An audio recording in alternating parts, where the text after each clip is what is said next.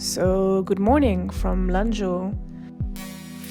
This morning, before hitting the road, Myles and I were looking for some noodle breakfasts. Lanzhou is famous for its beef noodles, and we kinda had to have a dish before starting the day. So from Lanzhou, we drove to Linsha to then continue to Xiahe, where we were hoping to find the Norla atelier and even stay there. Norla is this incredible luxury brand based on the Tibetan plateau. They are my benchmark example of what luxury should be like today. They're really amazing. I was so looking forward to, spend time there and learn from them. We were 4 hours into our drive when we reached our first roadblock, the border with the Gannan Tibetan Autonomous Prefecture. We were not allowed inside, even if our health certificate's code shows green. Myles tried to negotiate and talk them into letting us in anyway, but they told us to return to Linsha, which was 2 hours back. Linsha is a small town that is mainly inhabited by Hui people. Myles was explaining me that Hui people are an East Asian ethno-religious minority in China. They're Muslim citizens speaking Chinese while maintaining some Arabic and Persian phrases. The atmosphere in this town is tense. We're having trouble getting the documents we need to continue our journey onwards. So it seems we will have to stay the night. People definitely don't like seeing foreigners here. I mean, I understand. It's a global pandemic. So after going to the hospital and doing the necessary things, I kind of felt like being in nature and out of the city. So I drove around and I found this dirt road that I followed, and we arrived in this little patch of dirt surrounded by small mud houses inhabited by people. And I gave Myles a chair so he could sleep in it, and then I just laid in the grass on my towel with KAILU. Oh my god, I feel so happy to be with Myles on this journey. I definitely feel so much safer with him by my side. I'm struggling to find a place to stay for the night, and I'm kind of too scared to stealth camp, so let's see if I can negotiate this Airbnb. And this evening we will probably go have food somewhere and then pick up our test results.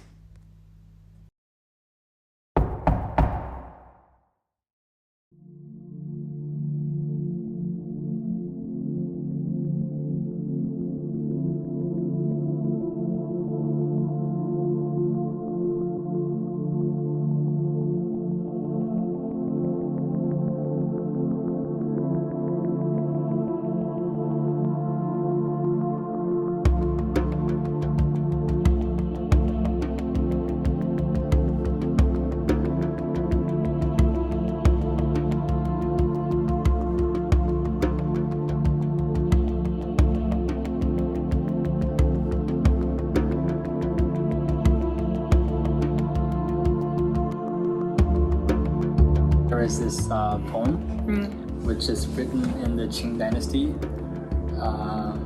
by a military general, I think. Oh. Yeah. And the poetry goes like this. 琴棋书画诗酒花，当年件件不离它。如今七事都变更，柴米油盐酱醋茶。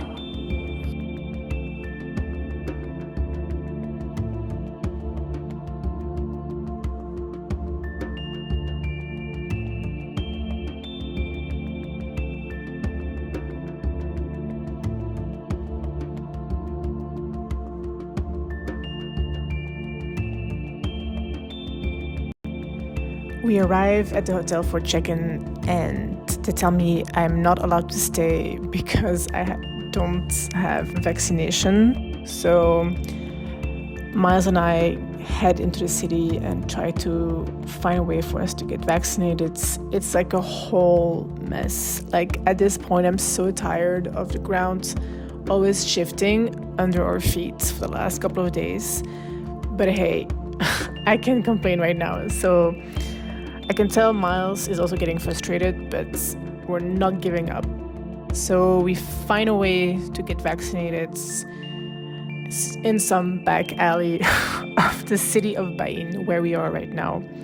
Bain is Myles' hometown. So in the evening, Myles takes me out for dinner near his home, and KAILU stays with his parents because he's not allowed to stay with me.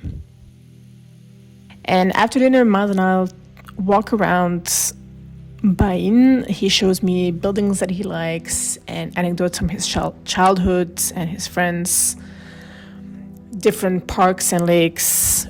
We pass by people dancing on big plazas, couples, children having sweets and desserts, as he continues to share his memories of his childhood and the habits of the people of Bain. He sounds so proud of where he's from, and he should. It's fun for me to be here with him in his hometown and seeing where he comes from. He's really a desert boy. So during my time in Gansu, nothing went as planned. But I always think back of my time there with a lot of love and gratitude for Myles. We had so much time to talk, and we really became really close as friends. Indeed, the new Delta outbreak made it very difficult for us to continue our journey north of China, but again, it really made us closer. So even though this part of the trip is not what we expected, we weren't able to meet the change makers as we hoped, I do want to document it because I think I got to learn a whole other side of China thanks to Myles. By the end of our travel time, Myles and I sat down and had a little chat that I recorded about who he is and what is important for him. And it's so far from my reality. It's fascinating. It's really fascinating. He talks about his childhood and the relationship he has with his dad, which is surprisingly a very good one because Myles did not grow up with his dad. He was working in another province for a decade. But Myles really, really treasures him, and he sees the influence his dad had on him as small seeds that Myles allows to grow within his life over time, which I think is a very beautiful way of seeing the influence of our families and our caretakers and just our environments, through our lives. So yeah, it was really inspiring.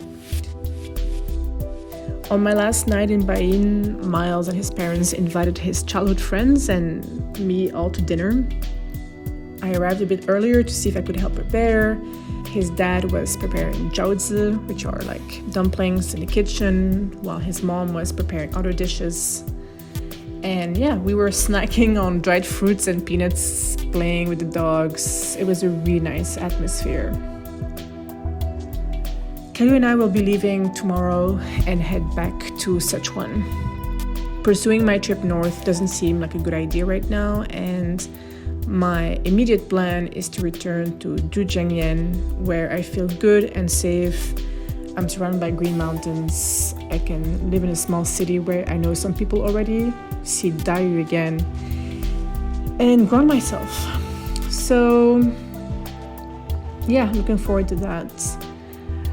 When Myles dropped me back at my hotel after our evening walk, I am reminded of the poem he shared with me at the beginning of our trip. And I start to wonder, what are the 7 things I can't live without?